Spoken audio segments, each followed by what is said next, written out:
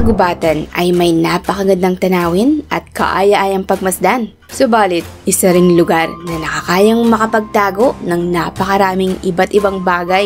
Mga kakahuyan ay lumalaki, gumagapang at nagkukumpulan na nakakayang lamunin ang kahit anumang maipatayo o mabitag sa loob nito. At minsan, hindi natin alam na meron palang bagay na nandoon at nasa itaas mo na ito, na naaapakan na ito. Isang nakamamangha at kakaibang mga bagay na nagtatago sa kalagitnaang daigdig ng kagubatan. Kaya samahan niyo ko dahil sa videong ito ay titingnan natin ang mga nakakasurpresa at mga kakaiba at misteryosong nadiscovery sa kagubatan. Kaya simulan na natin! Number 6. Ang nawawalang syudad ng mga Mayan sa kagubatan. Isang malawakang katotohanan na kilalang kilala ang mga Mayan ng mga magagaling na mga astronomers, lalo na sa tuwing nakikita ang sikat na kalendaryo ng mga Mayan. Subalit, karamihan ay napagkakamalang kalendaryo ng mga Aztec. Gayunpaman, ang isang 15 taong gulang na bata na nagngangalang William Godory mula sa Quebec, Canada, ay naglabas ng kanyang abilidad, ang kakayahan sa pag-aaral ng mga bituin sa kalangitan. Sa kanyang teorya, ang mga sinaunang sibilisasyon bago pa dumating ang mga sinaunang tao ng Colombia ay dati ng mga nagpapatayo ng kanilang mga syudad na inaayon ito na gamit ang mga linya ng konstelasyon na pamantayan. Sa pamamagitan ng paggamit niya ng mga larawan mula sa Canadian Space Agency, mula sa Google Map, at maging sa iba pang mga kilalang mga tinitirhang lugar ng mga Mayan, itinuro niya at nadiscovery ang mga marka na nagpapahiwatig ng posibleng nakatagong syudad sa kailalimang kasukalan ng kagubatan ng Yucatan sa Mexico. Wala naman talagang pumunta doon upang suriin ang lugar. Subalit, marahil yan ay dahil na rin sa sobrang makakapal na puno at isang masukal na kagubatan. Subalit ang mga larawan na kuha mula sa satellite ay nagtuturo ng isang posibleng binubuo ng iba't ibang mga piramid na nagtatago sa ilalim ng masukal na mga dahon at kakahuyan. Maging ang mga hugis para sukat na nagmumukha mga piramid, ang mga larawang iyon ay maaaring nagpapakita ng walang iba kundi mga natural na gawa ng kalikasan na maaari ring mabigyang kahulugan ng mga gawa ng tao. Subalit, ang isang ito ay maaaring may tsansang hindi ganon dahil ang mga diretsyong mga linya at mga hugis parehabang sukat ay bibihirang matagpuan na gawa ng kalikasan at karamihan ang ganito ay mga senyales ng mga aktibidad ng tao. At kung mapatunayang ito nga ay totoo, na mayroon nga talagang hindi pa nadidiscovereng mga tahanang lugar na mga Mayan doon sa makatuwid, ang ganitong teknik ay isang matibay na pruweba na magaling na magamit sa paghahanap ng iba pang mga sinaunang syudad ng mga Mayan. At yan ay sa pamamagitan lang ng pagsusuri at pagtingin sa mga bituin sa kalangitan. Number 5. Ang natagpuang higanting ulong bato sa kagubatan ng Guatemala. Noong 1987, ang isang doktor ng philosophy na si Oscar Rafael Padilla ay nakatanggap ng isang larawan ng isang higanting ulong gawa sa bato na natagpuan kung saan man sa masukal na kagubatan ng Guatemala. Sinasabing yung may-ari ng lupa ang nanguha ng larawan kung saan ang ulong bato ay natagpuan. At yan ay noong 1950s, kaya naman ang doktor ay madali ang nagpunta doon na saliksikin at suriin ang ulong bato. Sa kasamaang palad, ang ulo ay hindi na buo. Sira na ito. Dahil noong 1960 hanggang noong 1969, ang mapaminsalang civil war ay nagaganap sa Guatemala. At mukha ang nangyari doon, yung mga rebelde ay ginamit ang misteryosong ulong bato na isang target practice. Ang lugar ay matatagpuan sa may 6 miles o 9.65 kilometers mula sa isang maliit na baryo ng La Democracia sa timog ng Guatemala.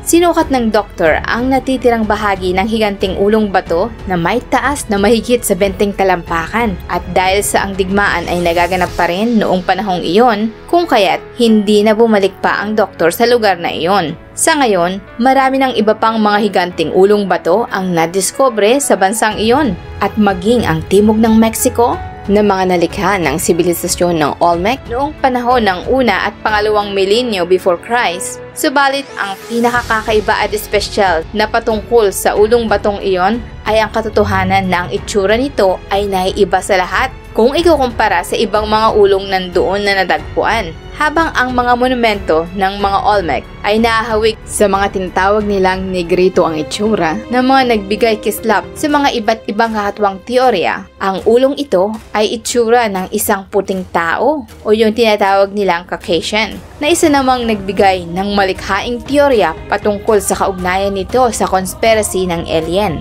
Ang iba naman ay nagbigay ng kanilang mga haka-haka na marahil ang ulo ay isang anomalya sa panahon ng mga Olmec o marahil ay gawa ng isang kumpletong naiibang mga kultura bago o pagkatapos ng panahon ng mga Olmec. At sa ibang paniniwala na marahil ito ay nahahawig sa mga estatwa ng Easter Island na maaari ding may katawan rin ito na nandoon nakalibing sa ilalim ng lupa na naghihintay lang na madiscover. Subalit, may pagtatalo-talo pa rin ang buong teoryang ito dahil sa kakatwang pagkakadiscover dito at ang mga hindi inaasahang kalamidad sa palibot ng ulong bato. Sa paniniwala ng iba, ito ay isang hoax o gawa-gawa lang. Subalit, ang tunay na kasagutan diyan ay nandun pa rin, nagtatago sa loob ng masukal na kagubatan ng Guatemala. Number 4. Ang bulaklak ng Rafflesia. Sa isla ng Sumatra at Borneo at maging sa ibang bahagi ng timog silangan ng Asia, doon ay matatagpuan ang isang kakaibang halaman na tinatawag na Rafflesia. Ito ay nagmumukhang isang dambuhalang bulaklak, pero ang katotohanan dito, ito ay isang parasitic na mga halaman na mga nabubuhay dahil sa tulong ng ibang mga nilalang. Pagkatapos ng bulaklak ay umabot sa tamang tanda, ito ay bumubukas o namumukadkad at nagbibigay ng kakaibang amoy. Isang napakabahong amoy, ninahawig sa isang nabubulok na laman. Sa ganitong pamamaraan, ang Rafflesia ay nakakapang-akit ng mga lumilipad na mga insekto para sa pollination at tinatakot ang mga taong may mahihinang tiyan. Ang bulaklak ng Rafflesia ay kahanga-hanga rin sa kanilang higanting mga laki. Ang ibang klase nito ay nakakayang umabot ang diametro ng hanggang sa 1 metro at ang bigat na hanggang sa 8 kilograms. Ang Rafflesia ay kauna-unahang nadiskubre sa kagubatan ng rainforest sa bahaging timog kanluran ng Sumatra ng isang tourist guide na nagtatrabaho kay Dr. Joseph Arnold noong pumunta sila na ginawa ang isang ekspedisyon noong 1818. Ang mabahong halaman ay ipinangalan dito mula kay Sir Thomas Bingley Raffles na siya namang leader ng ekspedisyon. Sa palagay mo kaya'y natutuwa siya nun? Number 3. Ang Sigiriya Rock. Ang Sigiriya Rock ay isang pinakasikat na dinadayo ng mga turista.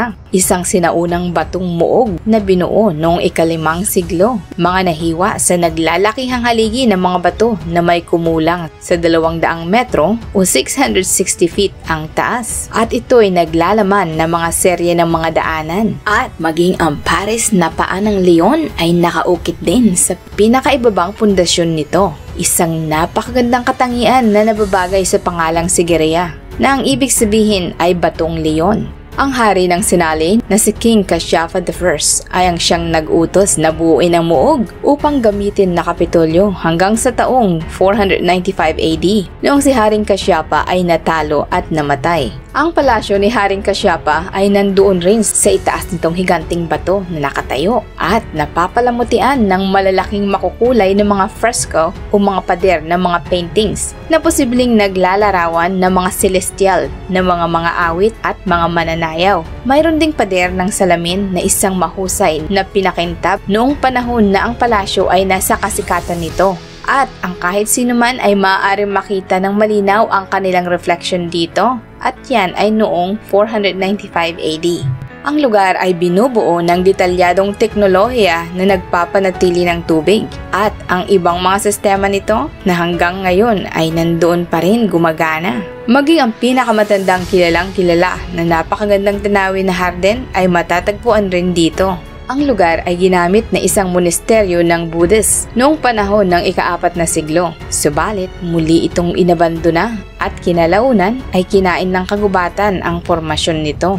Ang pagpreserve ng mga kaalaman nito ay mahigpit na itinuturo lamang sa mga locals na naninirahan doon. At noong ika-19 na siglo, ang British historian ay muling nadiskubre ang lugar na ito. At yan ay pagkatapos na ang Britanya ay nagawang makontrol ang Sri Lanka at sa kanila tinawag ang lugar na Ceylon. Sa ngayon, ang lugar ay dinadayo na ng napakaraming turista at isa ng World Heritage Site. Number 2. Ang kakatuwang mga geoglyphs. Kung alam mo na at nakita mo na yung mga kakatuwang mga larawang nakaukit sa lupa sa iba't ibang panig ng mundo na makikita lang ng iyong mga mata mula sa itaas.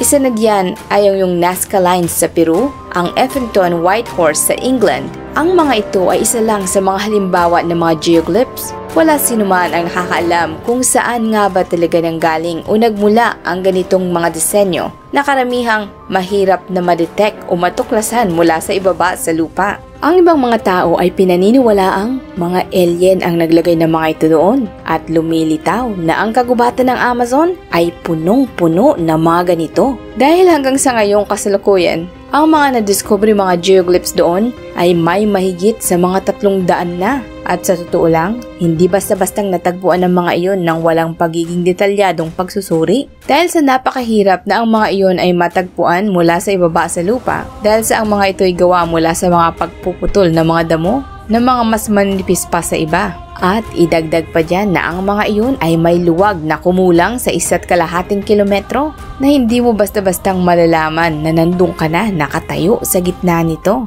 At idagdag pa rin diyan na napakahirap na pumuntang maglakbay mula sa kabila papunta sa susunod na geoglyphs. At kung bakit ang mga iyon ay naroon, wala sino man ang nakakaalam. Sa karamihan, ang pinakamagaling na hula ng iba na ang mga sinaunang sibilisasyon ang mga naglagay ng mga iyon doon. At kung paano at bakit ay wala pa ring mga kasagutan sa mga katanungang iyon. Pero kung iisipin, wala silang mga internet at ibang mga larong libangan noong sinaunang araw na kagaya ng sa ating panahon. Kaya maaari ding ginawa ang mga iyon ng sinaunang tao na isang entertainment para aliwin ang kanilang sarili. Ano sa palagay nyo? Number 1. Ang Harden ng Bormazo.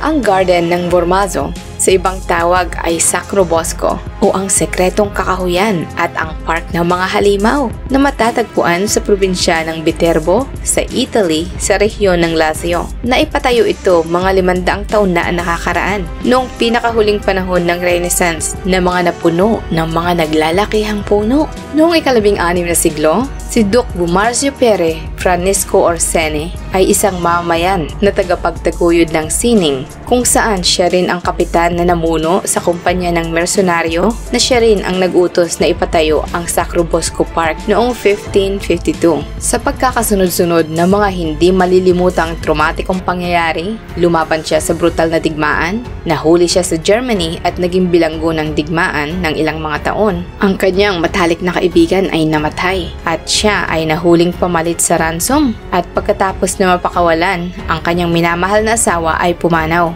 Nang ilang mga panahon, siya ay nahabol ng kamalasan ng demonyo kaya nag-hire siya ng respetadong architect na tulungan siya na buuin ang isang misteryosong asyenda na ang inspirasyon nito ay nagmula sa kanyang pagdadalamhati doon sa kakahuyang lambak sa ibabang bahagi ng kastilyo ng Orsene. Ang compound ng mga monumento ay naglalaman ng iba't ibang mga serye na mga kakatuwang eskultura. Kasama na diyan ang halimaw na may ulo ng isda, ang higanting eskultura na hinahati ang isang higanti sa gitna, ang elepante ng digmaan, at ang higanting sumisigaw na ulo na nakabuka ang bibig. Iniwan ni Orsene ang mga orihinal na malalaking puno at ang ibang mga makakahoy na maliliit na halaman, at saka idinagdag ang mga nakakatakot na eskultura sa palibot nito. At noong si Orsene ay pumanaw, ang lugar ay naabandonado. Wala na nag-aalaga sa harden, kung kaya't ang mga halaman at puno ay lumaki na ng sobra doon. Subalit muli itong naayos at naibalik muli sa maayos na kalagayan noong 1950s, pagkatapos na si Salvador Dali ay nakagawa ng maikling pelikula patungkol dito. At mula noon, ito ay naging sikat na binibisitang lugar ng mga turista hanggang sa kasalukuyan. Ang mga bumibisita ay maaaring pumasok na maglakad sa loob ng sumisigaw na bibig na kilala sa tawag na bibig ng impyerno. Ang isang matandang lugar ay siguradong magbibigay ng kakatuwang pakiramdam. Subalit, dito ay mararanasan rin ang madilim na kagandahan na iniwan ni Orsene. Ikaw, alin sa mga discovering ito ang nagustuhan mo? I-comment mo dyan sa ibaba ng video para alam namin. Kung nagustuhan mo at nag-enjoy ka sa video ito, mag-subscribe ka na at i-share mo na rin sa mga kaibigan mo. Bigyan mo na rin ako ng thumbs up sa ibaba ng video. I-check mo na rin ang isa sa mga video sa kaliwa o kanan. Sigurado ko mag-i-enjoy ka. See you on my next video guys. Hanggang sa muli. Bye!